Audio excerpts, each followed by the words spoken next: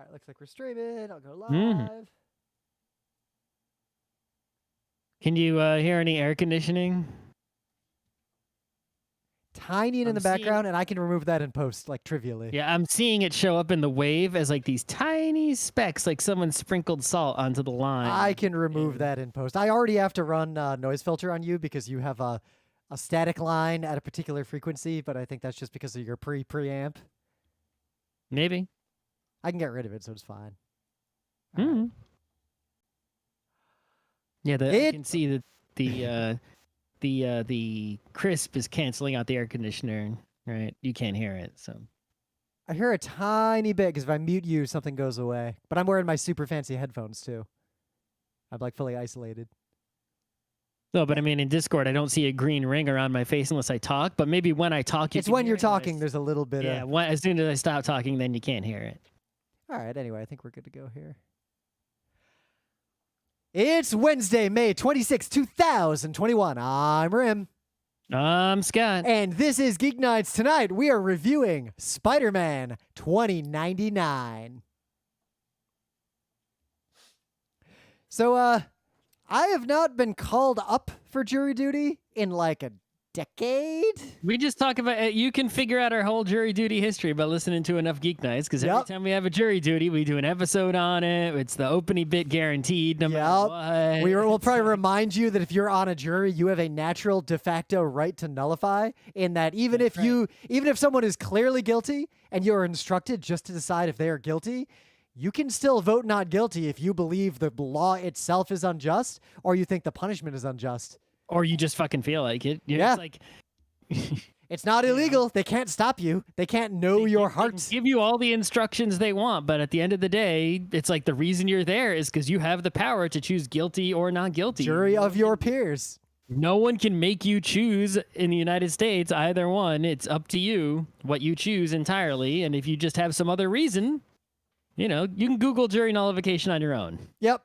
I suggest you do if you get called up for jury duty. But I got to go back in tomorrow, and I am 100% sure they will never, ever in my life let me sit on a jury, even though I really would like to be on a jury. What two lawyers opposing each other would both look at, like, it could be that one of them is looking at Rim and saying, oh, yeah, he's going to say what I want him to say. And the other one's going to be like, he just said he hates the cops. The other one will be like, fuck no, right? There is no way that two opposing lawyers would both take Rim in, question him, hear his answers, and both say, fuck yeah, going on my jury. I like this guy. The last time I went through voir dire, like, it was almost a scene from a comedy movie. They asked me a question. I gave a short, honest answer. And I thought they were going to, like, follow up or grill me because the answer was an atypical one. Like, it was the one they wouldn't expect. But instead, literally, both lawyers kind of look at each other and they raise their hands, and I was just dismissed with no more words, and that was it. The question was, would you trust the testimony of a law enforcement officer over the testimony of a private citizen? And I said, absolutely not. Kind of waiting for them to, like, ask me why, and they were just like, nope. Get out of here. You're done. Go home. It's like, I'll trust the testimony of any human equal to any other human. I would actually trust the testimony of a cop less than a private citizen. Could be, depends, Yeah. But at least equal at most, right? Yep. Yeah. But also, I don't trust eyewitness testimony at all because I know that it's mostly bullshit. Of course not. Eyewitness testimony is like the worst kind of evidence. I'm judging going to be based on the physical evidence more than is going to outweigh what anyone says by like 1,000. Right? So, in the news, we're not going to, like, do a full review here. We'll talk about spoilers and go in depth on this. At when the last Adventure Time special comes out, we'll probably do a show where we talk about it. We did episodes on the first two. They're only making 4. I really didn't feel like making 4 Geek Nights episodes for 4 Adventure Time episodes. Because we only do 26 animation episodes a year on average now. Yeah, so 4/26 of Geek Nights becomes Adventure Time. We already turned 5/26 of Geek Nights into train game reviews. If after the next one, the Peppermint Butler one, they're not doing any more, we'll do an episode. But if they announce like, hey, we're going to do some more even, then we'll hold off, I guess, even longer. Yeah, right? But I think it's worth geek biting because we did watch Finn and Jake together again, the 3rd installment. Geek biting it, what I would say is it's good.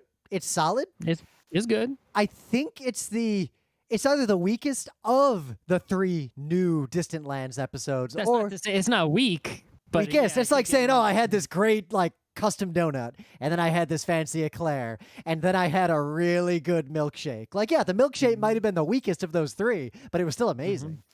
Yeah, yeah. The one thing I would say though is that it was poignant. It hit moderately hard. I got a little bit choked up, but it also didn't actually like push any particular boundaries.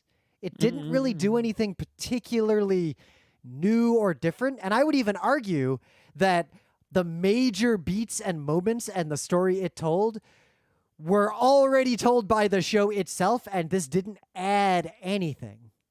But I still enjoyed watching it.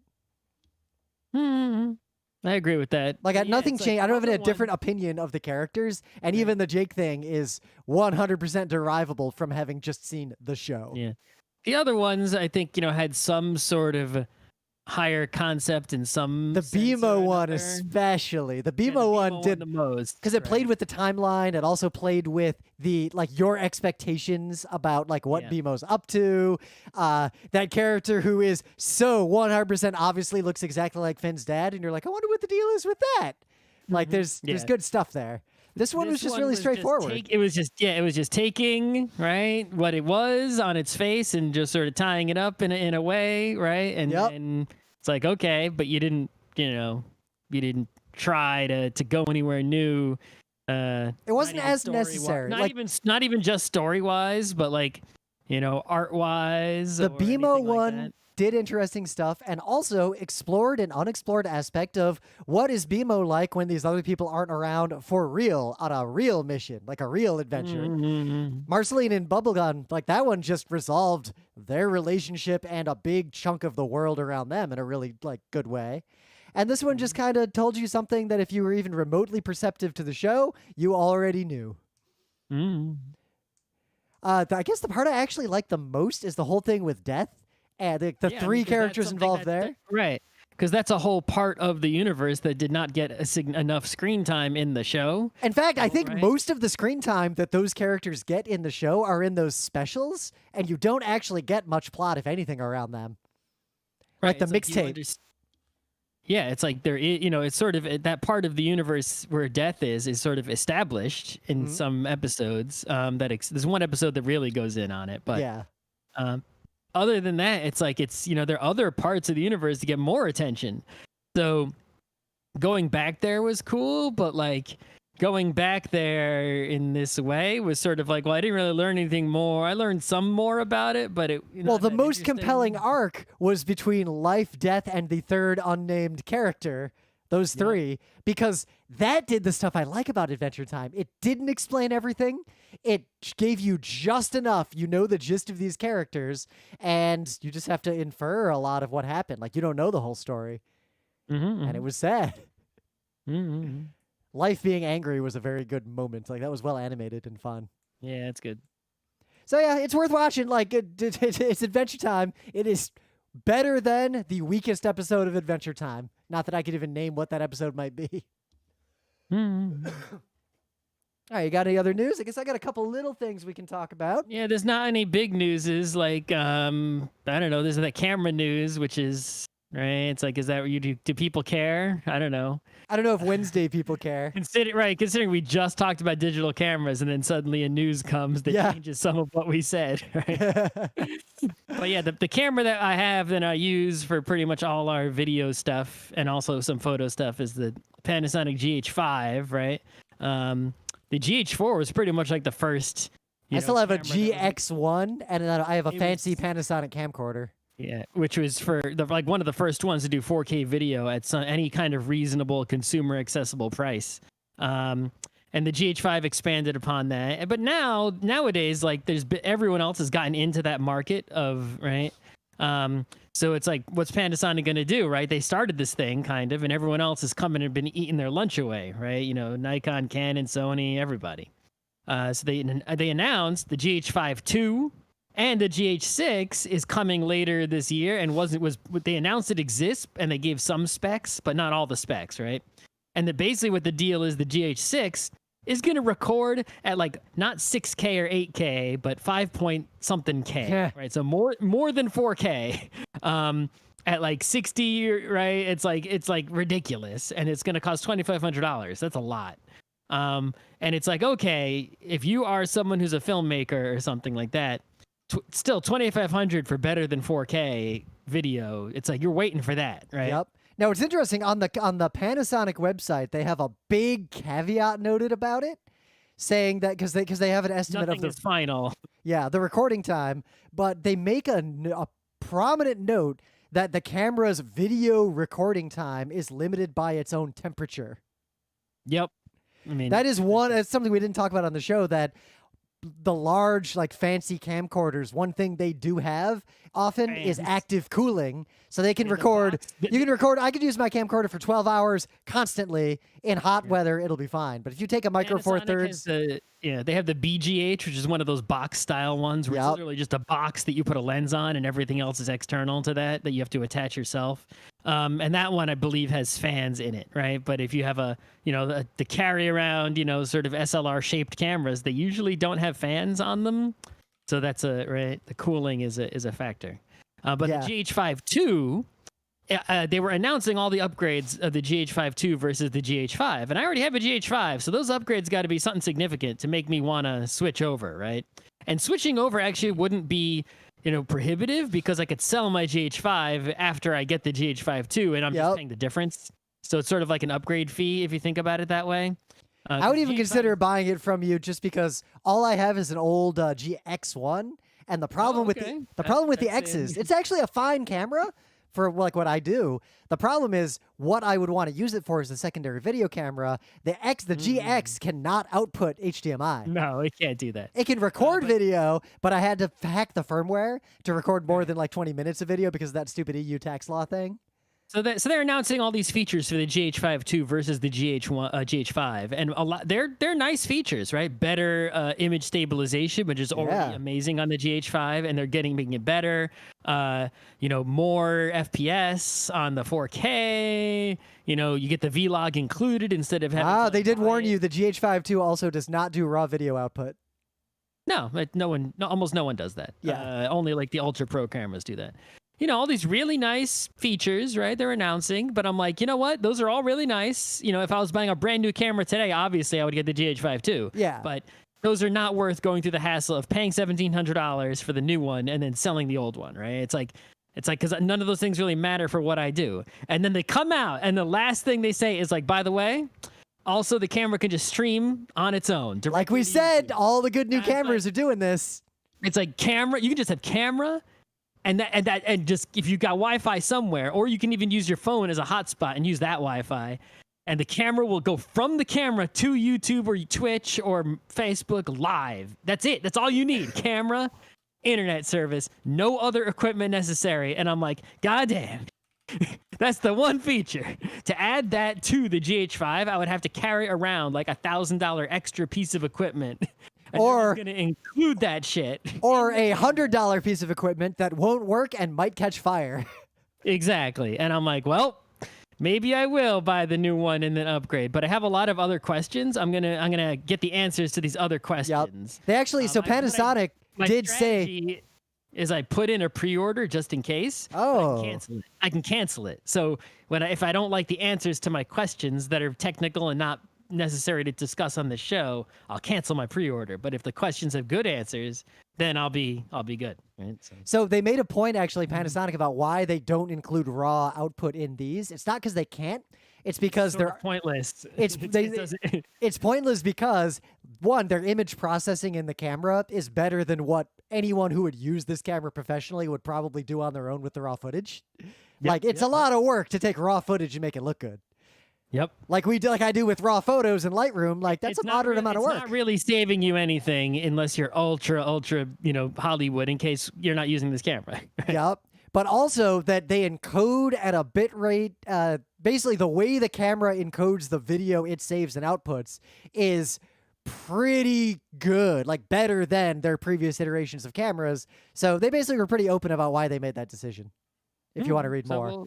we'll see how that goes. Yeah. So that's a news. Any other newses? Yeah, so in some little news, it's kind of been since Fujiko Mine came out, we've hit an era where Lupin generally is pretty good when it comes out, and that track seems to be continuing. Like, the 3D CG movie was good.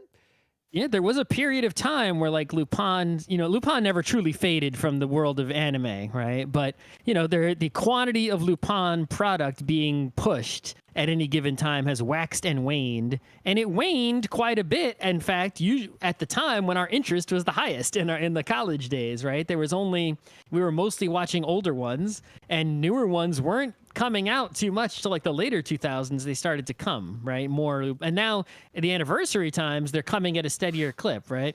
So yeah, there's more Lupins coming out lately, and they're all seem to be at this relatively very good quality level. I don't want to say they're S tier or even A tier, but it's like they're all at least B plus. Bad ones. I don't see any bad ones. Yeah. Right? So if you want to get back on the Lupin train, one, you could just watch that 3D CG movie. Like, it's fine. But two, Fujiko Mine is the one that kind of started this new era of Lupin, and it is a fantastic show that you should watch. Mm-hmm. So the news is, what we're getting specifically is there's going to be a 6th full-on Lupin TV anime specifically How many for... episodes? 26? It doesn't actually say yet. I'm digging through this. Some of those Lupin TV series were longer, right? Yeah. So part 5 was the one that was out. It doesn't tell me yet how many episodes are going to be in part 6, but it's for the 50th anniversary. Yep. Okay. Yep. And the other little news we got, so Funimation has added a few more shows, and they're a little bit notable. God Mazinger, not that I've watched much Mazinger. God Mazinger comes later, right? Yes. I don't know where God Mazinger fits into the Mazinger-verse. Great Mazinger, and then I think God Mazinger is after that. It's like, so... Little Nemo. Nemo. It seems like the Lupin Part 5 series it came out in 2018, so it's 3 years old. And that one has like 24 episodes, I think. So I imagine that the 6th one will also have a similar 24 episode run. Just by guessing. I have no confirmation on that. That Little Nemo anime they picked up, which I've never actually seen except some clips, but honestly, it looks pretty good. I've just never, Just read the original Little Nemo comics. That's what the action is. I could watch a couple episodes of this, though. The NES game was pretty good, too, though it was really hard.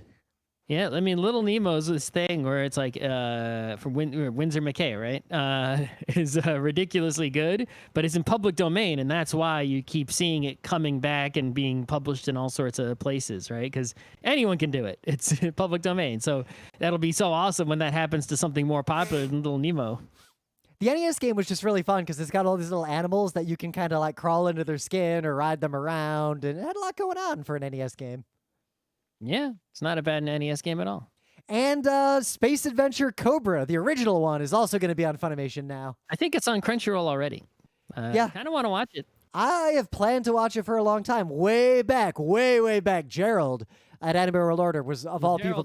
Gerald is like Cobra fan number 1, right? Yep. But he sold me on it, and I just haven't... I've seen some episodes. I just never watched, like, a lot of it. I never watched the whole thing. I watched one episode. I think there was, like, a newer one, like a remake or a newer version. I watched it. I think we might have even reviewed that on GeekNights. And I think I watched one or a few episodes of that. Did we talk about that or not?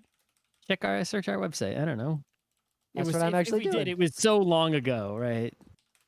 That would have been ancient times. I don't think we have ever reviewed it on GeekNights. Well. All right, put that in the hopper. All right, I think we can just go to things of the day and such. Mm-hmm. Chat's all about train games. The YouTube chat? Yeah. It's anime name, people. Anime day is the least exciting day. Why are you talking about trains? There's no train anime. There must be. I guess is what's the name of that train? Why don't we make a train game that's just called 999?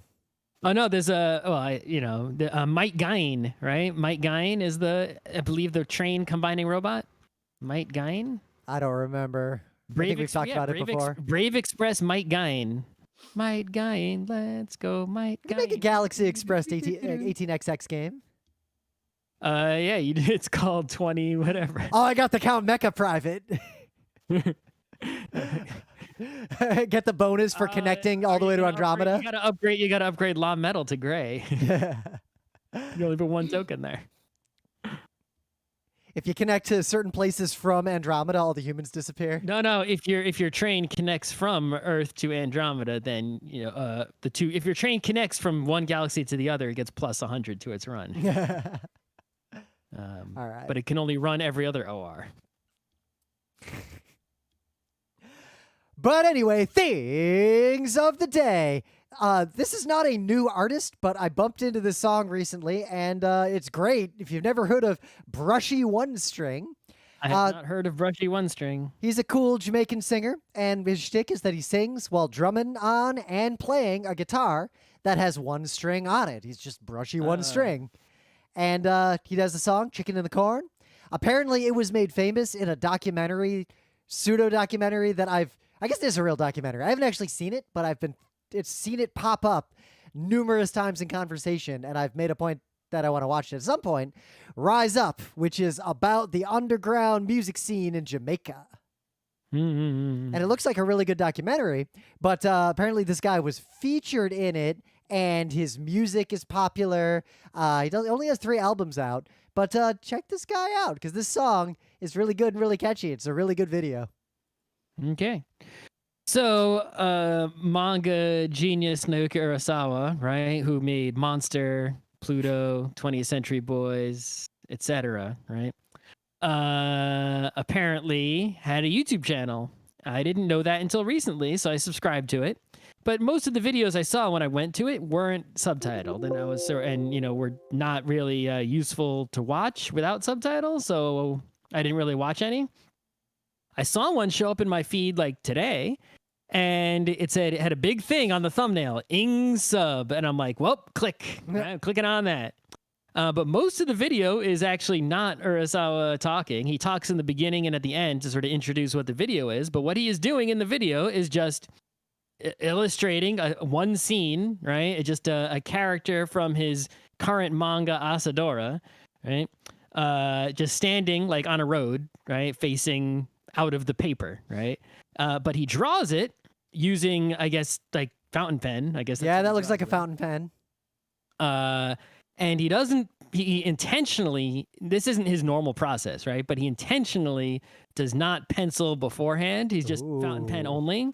And he explains in the video how he's trying to show you, right, how he draws some lines, and then how the emotion of the scene like appears at like a certain moment, right, in his process there. And most of the video is just is almost entirely uncut footage of just him drawing the whole thing. Like every line he draws is on video here, right? I don't know if it cuts away for him to go to the bathroom at any point, but it didn't look like it. There's not a lot of cuts, right? It's just his entire drawing from blank paper to completed, and it's just like, this fucking genius guy. And then at the end, he's like, you do a drawing, and there's just so many things you want to improve, and I'm like, what the fuck are you gonna improve? He's like, it really makes you want to draw better the next day, and I'm like, fuck you. What was that meme going around just recently? I can't even draw a goddamn stick figure, and he's sitting there being that artist, the typical artist. He's like, oh, my beautiful drawing that I made with the fountain pen and no pencil beforehand. Yeah, it's got so many problems. I'm like, oh my God. He starts by drawing. The drawing begins, right? He's drawing the hand attached to a hat before he draws the head underneath the hat, right? So he starts by drawing a hand attached to the brim of a hat. And then, because that's the emotional center of the scene. Right, and then he draws the head and the neck, and then somehow the arm comes around to meet the hand, and everything is correct in proportion and angle-wise and everything, even though the hand was there long before the shoulder. Yeah, if either of us tried to do that, the image where 2 railroad tracks meet in the middle and they don't line up? Exactly. It's like, goddamn this guy. But yeah, if you want to watch, genius Urasawa draw a still picture, here's like youtube.com. And then, while watching the video, I realized, like, I had thought, because I think he had a manga. Wasn't there like a Shonen Bat manga he did? Oh, yeah. I don't think that ever came out in English, as far as I'm aware, legally. Or if it did, we just didn't notice. I'll have to search again. But I knew he was working on this Asadora manga, but it's so recent. Like, it's not that old. I didn't think it was in English, but I went and I searched, and actually, Volume 1 came out like January of this year when I wasn't paying freaking attention because, pandemic going on. So yeah, there's 2 volumes out already, and Volume 3 is on the order form this month, should be out in July. So I went and I grabbed Volume 3 onto my order form, and I put 1 and 2 in my cart. So maybe we'll talk about that. Maybe. All right. In the meta moment, we're slowly, cautiously emerging into the world bit by bit with outdoor stuff. I was at jury duty today, obviously, but... and you went to your office one time? Yeah, went to my office one time. I'll go every now and then, but not going to make a habit out of it. But, yeah, no conventions yet. Stay tuned on what we're going to do at PAX East Online. I mean, it seems like it's branded PAX East Online to replace PAX East. Well, yeah, I mean, the online PAX is the way they differentiated them geographically, because obviously they're worldwide no matter what, was time zones, right? They weren't having events around the clock, right? Yeah. So the live streams of things were at times in the local time zone of the PAX. So the 2 PAX Onlines that already happened, the West one and the Ost one, broadcast their events at West local times and Ost local times. So the PAX East Online is going to put out its events at East local time. So if you're in Australia, it'll be really inconvenient for you because if you want to watch live or chat live, because it will be happening at the 24 hours opposite, whatever, or 12 hours opposite, whatever time. You get the idea. Yep. But otherwise, obviously, no conventions in person anytime soon. So we're kind of just waiting. Everything's still just hanging out in the hopper. Starting to prepare the technology and pipelines for the stuff we want to start doing once the pandemic, once we're more in a post-COVID world. There's a lot of stuff we've wanted to do that's kind of just on hold. So I guess stay tuned for a lot of that biz. A camera that live streams itself, if we get that thing and it works, right? It's like suddenly we don't have to do the effort of setting up OBS on the computer. We don't got to do the effort of editing video, right? Yep. We can literally just go somewhere, plug microphones into it somehow, turn it on, and just live stream. So whether at a convention, just hanging out, playing a board game, we can just turn this camera on and push a button and it streams. You might want to follow us on YouTube, Twitch, wherever. Because this camera might, if that thing works out, we might just start random unscheduled stream, whenever appropriate, right? So Yep. That's ultra low effort for us if it works. Ultra low effort. Yep. It also makes some of the larger things that are high effort easier because this reduces the amount of effort necessary. But there is a lot of other high effort pieces we got to deal with. Yep. Being vague because I'm not going to shit talk anything, but stay tuned. Exactly. Book Club book, which I'm reading at a slow. I paused reading it to read a bunch of Spider-Man, but I'm going to resume reading The Tale of Genji. I'm in a reading mood, but I'm pretty much in the mood to read anything. So yeah, I used some of my read mood to read what we're about to talk about. But prior to that, and probably starting after tonight, I'll do some more Genji reading. So it helps when it's warm out because then I can go on the balcony and read. That's nicer than bed reading. Balcony. Go to the park right there because like that Queensbridge Park is just like right next door. Yep. Yeah. Can't use our little garden yet. There's like 20 workers and a whole bunch of platforms as they're replacing the entire facade of our stupid building. Well. So yeah. Anyway. Spider-Man 2099. I will admit I had never read any until now. This was something that Scott would bring this comic up a lot when we were just like early days at RIT. Like anytime superheroes came up, Scott would like make a point of saying, "Oh yeah, Spider-Man 2099. That was the good one. That's the one I read." Yeah. So the backstory is that when I was a kid in the early 90s, I didn't really, I read comics in the newspaper and I enjoyed a Spider-Man or whatever, but I wasn't reading comic books. And then a friend the kid who lived down the street was reading comic books. And then the comic book store opened in the mall. So once the comic book store opened in the mall, well, it's like, well, now, right, I can buy comic books. So I went there, and while there were many comics characters I enjoyed, like regular old Spider-Man or X-Men and, all the space, cosmic stuff, obviously, mostly Marvel stuff, all the comics, I just had this thing where I needed to know the whole story. I couldn't, even then, I was like against the I understood these crossovers and I was against them. Even then, A, because I didn't have enough money to buy that many comics. So I was like, no, I'm not falling for that, right?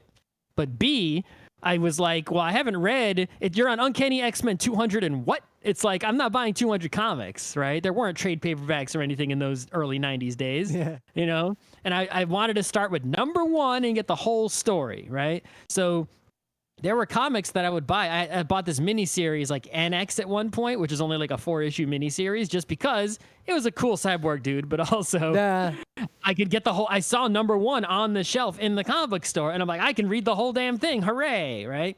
So it just coincidence that at that time, 1992, I believe, when I was a kid going to the comic book store, right, there was a new thing from Marvel, which is 2099. They made a whole bunch of comics that were based on the idea that, well, it's the Marvel universe, but in the year 2099, like almost over 100 years from now, right? Because it was 1992, so 2099 was sort of like, out there, right? And it's sort of a cyberpunk universe because it's so far out there. And what they did is they had different series. They had Spider-Man, obviously. They had X-Men 2099, which I bought the first issue of, but didn't read any more of. There was Ravage 2099, Punisher 2099, Doom 2099, and maybe some others came later. I think there might have been a Fantastic Four 2099 later. I could be wrong on that, but at the start, they just had this set of them.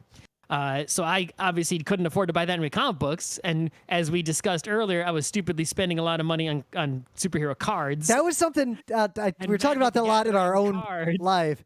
I did a similar thing where I would buy these fucking cards and then I'd have them and I'd piece together the stories, or at least try to piece together the stories of superheroes I'd never read because they weren't in the comics I was reading. But it would have been cheaper to just buy the comics they were in. The first issue of Spider-Man 2099 was $1.75 in 1992 US dollars. And nowadays, a comic book would be like $3 or $4. One like so that. For comparison, it had a fancy foil sort of cardboard cover, and it came with a poster, I think. But issue 2 and it was $1.25 maybe, and I think the price went up over time a little bit. But really cheap. A pack of cards then was like about the same price, maybe even more. Well, a pack of because there are a lot of different Marvel cards, and the regular cards you bought. Yeah, the regular ones were about the same price for a pack as the comics. But there were there's this one series that was fancy because I remember as a kid. This was probably 92, 93. The Masterpieces one, which was an advertisement on the back of issue 1 of Spider-Man. That's why we were talking about it. Marvel Masterpieces, which were like thicker cards with fancier like oil painting art, right? They were really unbelievable. I have this very clear memory of being at the Gibraltar Trade Center in Michigan, and those cards were $4 a pack. Yeah, they were expensive. I only have like a very small number, like a handful of those cards because they were so much money. But they're really nice. Maybe I could get a full set of them on eBay cheap or something nowadays, right? Who knows? Anyway, so when I was a kid, Spider-Man 2099 came at the exact right time, and I bought every issue until the comic book store went out of business. So I didn't finish the series because the comic book store eventually went out of business when that was no longer a thing. But that was after years, right? It's like only 12 issues a year. Once a month, I'd go to the comic book store and get an issue. And these issues are tiny. So you're going to get a very small amount of story every month over this very slow pace, right? I got to like 20 or 30 issues. That was like 3 or 4 years worth. And then the series ended after that. But I wasn't able to get those issues until later in life by using eBay and such, right? And much later in life. Like, I would think I was living in Beacon maybe when I scooped those up, the remainders. I don't even remember. Maybe even later than that. So I never read the whole thing as a kid, but I read it every issue, every month for a very long period of time.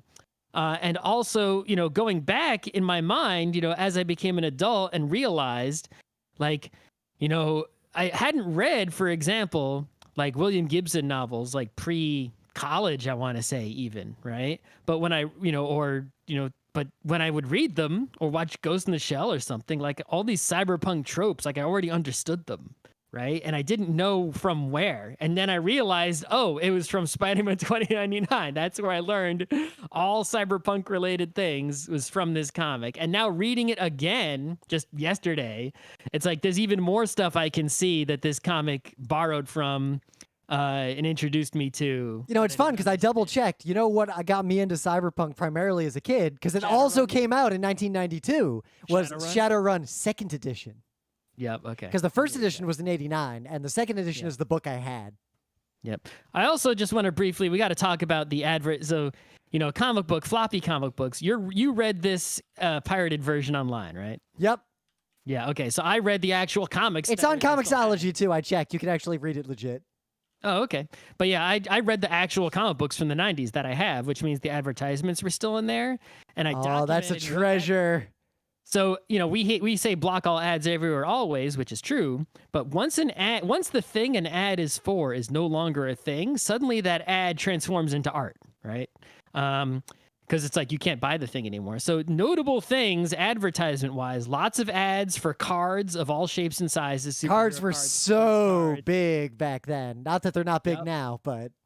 Ads for foods like Charleston Chew or, Justice Fruit Pie equivalent, right? Lots of SNES and Game Boy game ads, right? I mean, 92 is some peak SNES time. Hook for SNES, things of that nature. Wing Commander SNES, Chuck Rock SNES. That Final Fantasy Mystic Quest ad, because when Scott mentioned that he saw an ad for it, I imagined in my head what that fucking ad looked like because it was weird and I remembered it.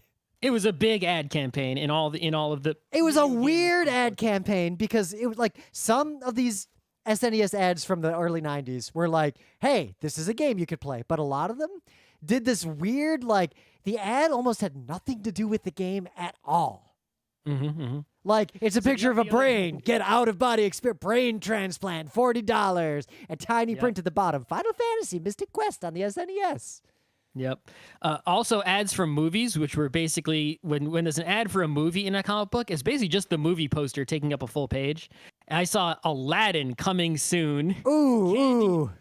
Disney's Aladdin coming soon. Candyman coming soon. Ooh. Right? Those hit me right in the old. Right. Exactly. What was the other one? Army of Darkness coming soon. Wow. It's like I saw all of those in the theater. Right. It's like, I don't even know if I saw all those. Anyway, but yeah, the ads were really something. And then lots of ads for buying comic books, right? I forgot you could subscribe to comic books directly from Marvel. That was a thing. So yeah, really interesting. The ads are really a historic thing going on here. Okay, so now let's talk about the comic, right? So Spider-Man 2099 is basically, it's far future. It is the Marvel Universe though. So there was the Marvel Universe is in the past, but clearly something has happened that has the heroic era ended, right? Yep. It's very mysterious, but all the superheroes are dead and or gone. Right? Yeah, with a few caveats, Doctor Doom is doing something. But is that I don't forget if that's I haven't read I have some Doom 2099, but I haven't read enough to know if that's the original guy. All I know is whoever is in that Doctor Doom costume is like, oh, just as I reemerge, so too does a Spider-Man. There is no way this is a coincidence. Sure.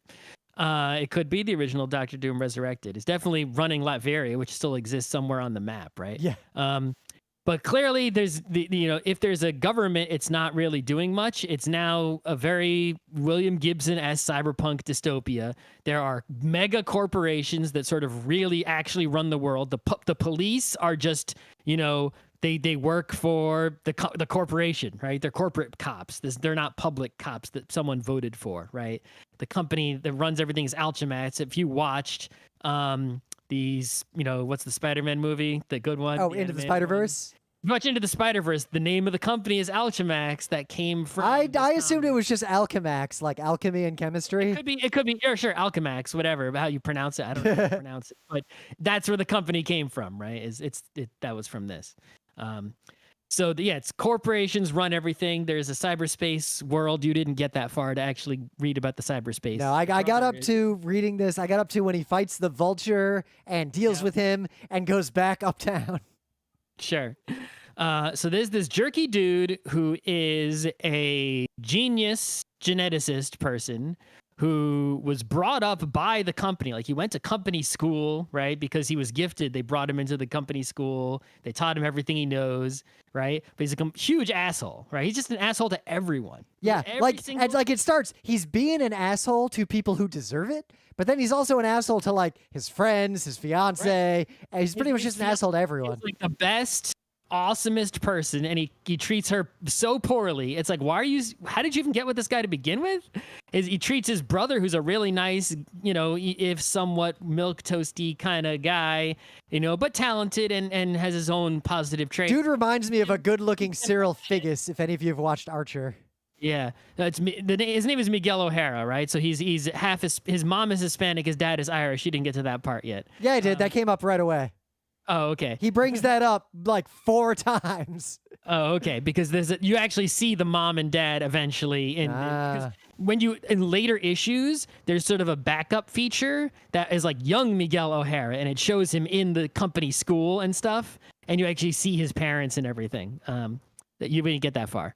So, but yeah, he's this guy, and he's just an asshole. In his mind, when you see what he's thinking, he's not really thinking bad thoughts or doing bad things. In fact, one of the first things you see him doing is advocating for not human testing. He's got like a genetic device. He doesn't want to test it on humans. Like he has a high moral standing in terms of what he wants to do.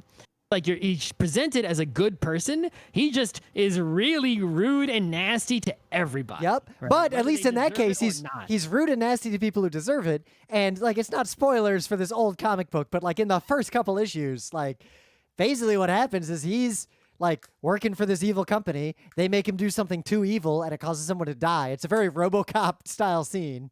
And then he's like, fuck it, I quit. Fuck you all. And he just quits and leaves. Yep. And high moral standing actions-wise, right? But not behavior-wise. Yeah, it doesn't work out, of course, but she tries to quit. Yep.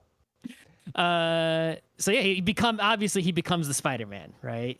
the genetics of the original Spider-Man are like in their database, and he combines them with his own DNA in order to kick the company guy, the evil company boss guy, sort of gets him addicted to a drug, all right, that he will die if he doesn't get it, is sort of trap him in the company. Yep. He tries to kick the drug by modifying his own DNA. He figures, well, I'm gonna die from the drug anyway. He's like, all right, if this fails and I die, I'm breaking even. So he tries it, goes wrong because this other jerk comes into the play and combines his DNA with the original Peter Parker Spider-Man's DNA. And now he's biologically Spider-Man, right? His webs come out of his actual, like, these glands in his arms or some shit, as opposed to Peter Parker, who made a web shooter, right?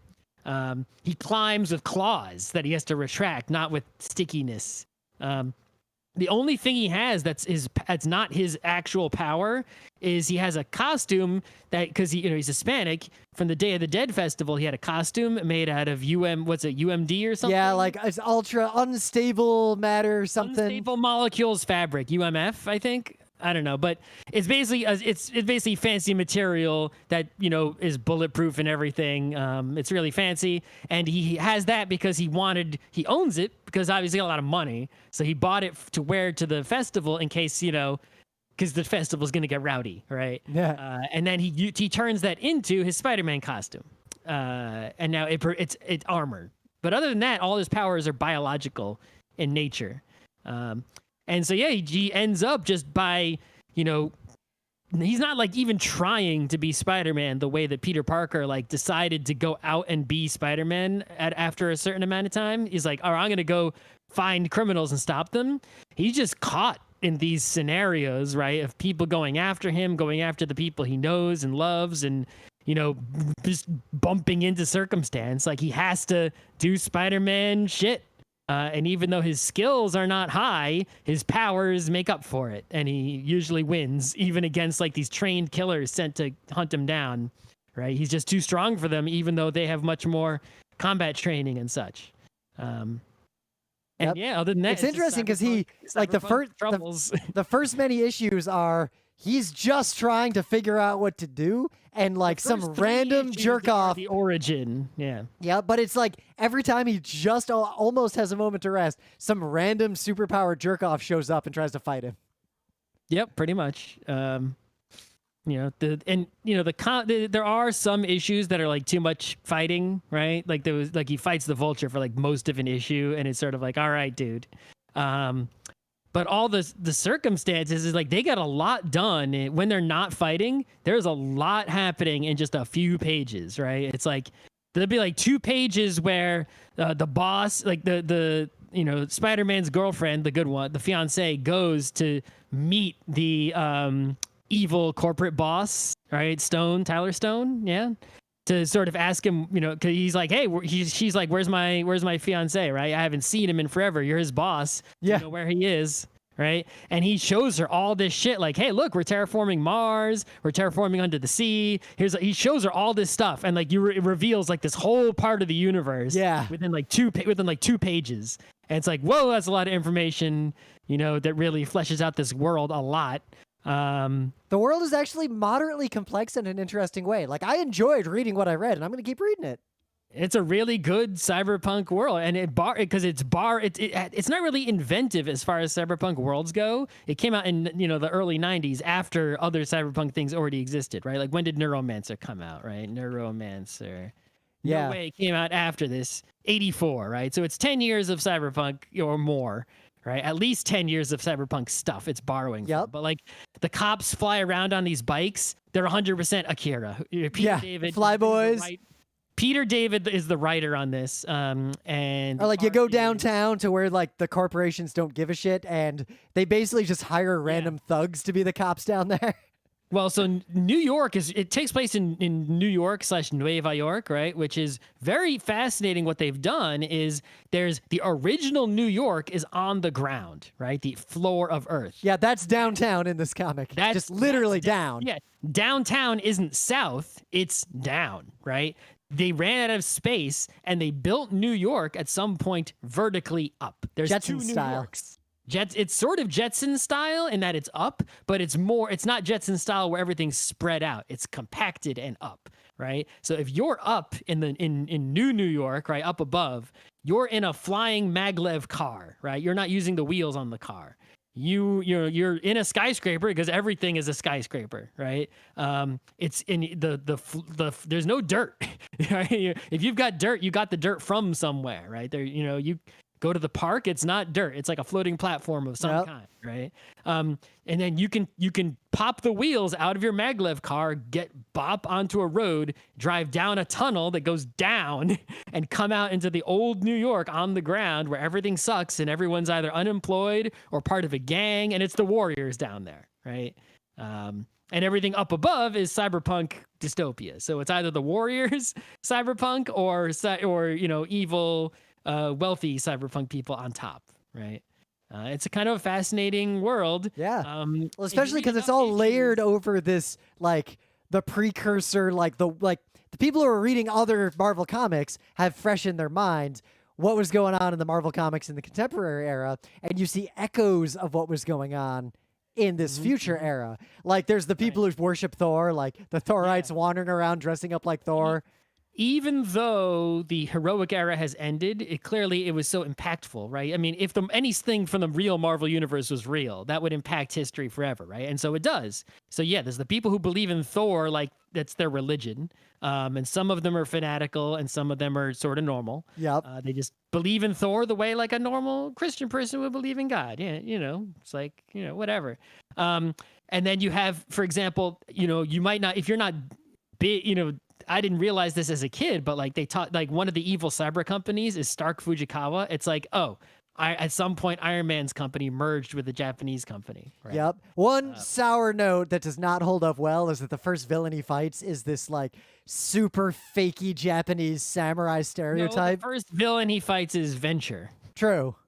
The second villain he fights is Venture's cool. The Specialist is the second one. The Specialist is a stereotype. He is a samurai screaming phonetic Japanese with both a samurai sword and nunchucks for some reason. Right. It's the typical, racist stereotype depiction of Asianness and especially Japanese, imagery and aesthetic merged with the cyberpunk stuff, right? Yep. So it's very in with the times and the style there, but it's a very the the depiction is like, oh, we have to uphold our honor, right? And it's like, oh God, really? Yeah. It's like that. Don't but it's from 1992, so it doesn't excuse it, but I gotta point it out that it's there, right? It doesn't hold up well at all. Yeah, I mean, the character is dispatched and it moves on from that pretty quick, but that corporation is still one of the major players, so it's not going to go away entirely. No, that plot definitely comes back into play after a certain point. Yeah. But yeah, it's if you want to read a Spider-Man story, right? But you don't have to know shit about anything else. You don't need to know anything. If you ever heard of Thor, all right, you're good. Right, it's like if you know some stuff about the Marvel Universe, like it plays in, but not really. Yep. There is where you didn't get to the crossover. There's a Hammer Thor related crossover at some point that goes. Oh, Thor shows up. How could I have possibly?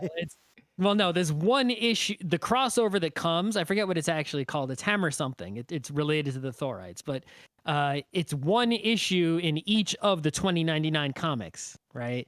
So I forget what the order is of that. But it's basically like you would have to stop reading Spider-Man 2099 for a minute and read like a Doom issue, a Ravage issue, a Punisher issue, right? And to get the whole story together. It's a very tiny little crossover. Yeah, I can deal with that. After that, it's sort of, I don't think it crossovers again after that. I think it's just keeps going straight.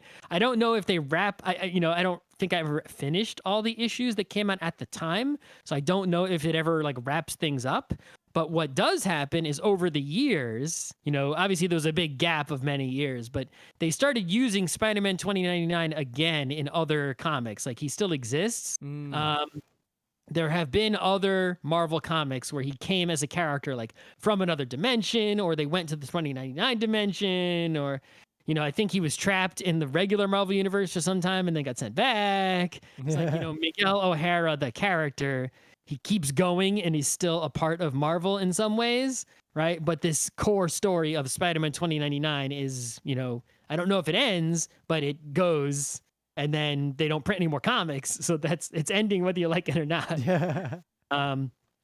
Yeah, the dialogue is actually better than other comics I read from that era. Like it's a little verbose, like these kinds of comics tend to be, but the dialogue actually conveys a lot of information. So it doesn't bother me. I hate you, little guy, right? It's like when they're fighting and all the frames and the panels are full of combat, they're actually just talking to each other like about, whatever it is that is at issue here, right? Usually they're like bargaining, right? It's like, listen, just stop fighting me, and I know what you want. This is what I want, right? It's like, don't kill me. Yeah. That's the kind of conversation they're having. It's just sort of a big contrast with regular Spider-Man, who will have sort of witty, good-natured banter, right? And not generally kill people. Spider-Man 2099 will be an asshole to people and kill them by accident. Like he kills people and he's like, oh, fuck. Right? Yep. Like, oops. Because he's like, usually with his claws by accident, because he forgets he has them, right? It's like he slits a dude's throat with the claws and he's like, oh, fuck. I wasn't trying to do that. Yep. Oh, no. He's still learning his powers. Yeah. Just killing people by accident, that's all. No big deal. Just murder. But it's also got just like a pretty fun and varied cast of characters. And I'm honestly pretty into it. Like, there's not really much to spoil. He fights the corporations and does superhero crap. I grew up on this thing, right? Like I was reading this every month. This is like my number one thing from like the early 90s for 3 or 4 plus years, right? And that really, looking, like I didn't think about it much at the time, like after but now that I think about it, it's like, oh, that really does inform a lot of what I like now. I like things like this, and this was probably the first thing like this that I was into, right? That probably set my taste, I think, more so than a lot of things. So, yeah. Oh, one last somewhat unrelated thing. So I guess you wouldn't see this either, not having read the actual issues. But in the day, they would always dedicate a page of each comic to the Bullpen Bulletin, which was sort of like this behind the scenes, sort of like you'd get there would be a one panel comic, like a Far Side, but it would be the main character of it would be the editor in chief of Marvel Comics, right? The top half would be a letter from Stan Lee, and the bottom half would be a letter from the editor-in-chief guy, who at the time I think was it Tom DeFalco, I guess, maybe? I don't know. I had to look at it again. And it was like telling you about what was going on at Marvel Comics, right? And it was interesting in that even if you were just reading one Marvel comic, by reading this thing, you sort of got this behind the scenes. They brought you give you like more of a community feeling, right? Like, hey, Marvel readers, you're in with us, right? Yeah. Because if you didn't have that, you would just be reading the comic. You wouldn't, as a kid, you're not looking at who the writer is. I didn't pay attention to who the writer was until late 2000s, right? I didn't know Peter David's name before then. Now I know exactly who he is, right? But now, I didn't know it then, even though it was we wrote all of these issues pretty much. And that sort of community building by having that one page, I think is something that nowadays we have it, but we have it so much that you don't notice it. Like someone has a Patreon, it's like you are involved with the creators on everything. Right? It's like no matter what art you're into, like who the creators are, you're following them on Twitter. It's like that's sort of like automatic, right? That you're in that behind the scenes, knowing what the creators are up to community thing. You don't have this sort of you're only getting the artwork and the creators are inaccessible and unknown unless they purposefully bring you in kind of thing. That really stood out to me, that bullpen bulletin page. And also, just to wrap this up with another feel old, the bullpen bulletin page in the very first issue, Stan Lee's note is basically an advertisement because he's so excited that X-Men cartoon is about to be on Fox. Oh no, I remember when that premiered. Stan Lee's like, X-Men's gonna be on Fox real soon, and I'm so excited. Yeah, and he's excited because it's actually true to what X-Men is about and isn't, one of those messed up adaptations. And then in the further issues, like 4 or 5 issues in, you start seeing ads for X-Men cartoon VHS tapes. Because each of these issues is a month apart. So by the time you're on issue 5, you've seen a bunch of episodes. They're weekly, right? The VHS tapes are coming. So that dates this comic. So. Yep. And I guess the last thing is the dialogue. It is clear these characters say the word fuck specifically a lot, and they just translate it to shock. But the way they use the word shock is 100% just fuck. Yes, obviously. But I think it gives it sort of like they're trying to increase the cyberpunk feel, right? Of like people have a different language, but they didn't go far enough with it, right? People still have like, their 20th century accents from whatever, nationality it was. I feel like by 2099, there's going to be a lot more, a lot less of that, right? Yeah. I mean, what do we sound like compared to people from the 70s? Mostly we just use a lot of new jargon. Same swears for the most part. Like, accents that like my parents' generation had, a lot of those are fading already, right? So. Yep. Though I did see a thing about how there's a strong argument that the total number of English accents is not changing. It's just that different ones are gaining prominence and they're localized based on interest and internet stuff as opposed to physical location with a few exceptions. That's good. Oh, well, I guess we didn't talk about the artwork at all. The artwork in this comic is serviceable 90s comic It's interesting because some parts of it, not Mobius quality, but it has this Mobius aesthetic to it, like some of the sci-fi stuff. Yeah. Mm-hmm. But some parts of it are just very comic book punching. Mm-hmm. Yeah, I think what it is you can definitely see the effort that who's the penciler? Was it Leonardi? Oh, they're really trying to make it look good and look cool and look different, and they're definitely leaning into it is the future, things are weird for real. Yeah, but there's some parts where the effort level clearly goes up on the drawing, right? So it's like there'll be these really impactful panels suddenly where you can tell that all the artists, the inker, the colorer, everyone just that was a big 2-page spread. They went hard, right? And then there'll be a bunch of panels you're flipping through quickly and you can see that they didn't put as much effort onto those, right? They're not as detailed, they're not as attention grabbing, and then you'll turn the page and you'll see one that's amazing and it looks like Spiderman 2099 is coming out of the page at you and staring you right in the face, right, with something really intense. And then the next page is just a lot more sketchy, just all right, breeze through this, right? And it's sort of like, okay, you know, you want to be disappointed they didn't put as much effort into all the art, but also that effort controls the pacing and impact of, you know, the story as it goes, because you, okay, flip through, suddenly don't flip through, right? Really, you know, this page you're going to spend some time on.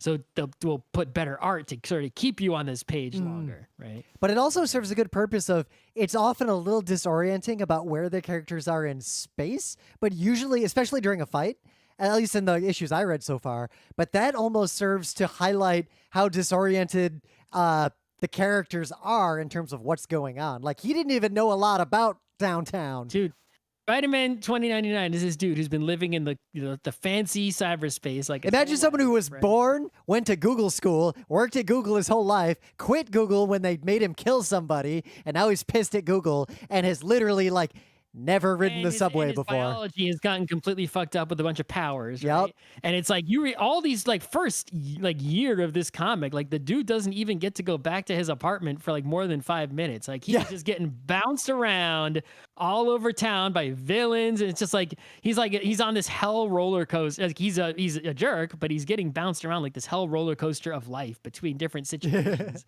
Like he can't just like, you know, take a nap or fucking, you know, stop and eat a sandwich. Like he is just like, you know, it's like everything that's bad is happening to him constantly. And, you know, everyone in his life is trying to find him. Like, where are you? I've been trying to call you for days. He's like, it's like, you know. So yeah, I'd say it's pretty worth reading. It's no good, very bad month. You know. So if you want to scratch a Spider-Man itch, and you also want to scratch a cyberpunk itch, you could do a lot worse than Spider-Man 2099. Yeah. You could also, you know, Peter David, who wrote this, is a really good comic writer. So if you like this, you can look up other comics that Peter David has written. He is quite good. So. Right. I think that was a solid show.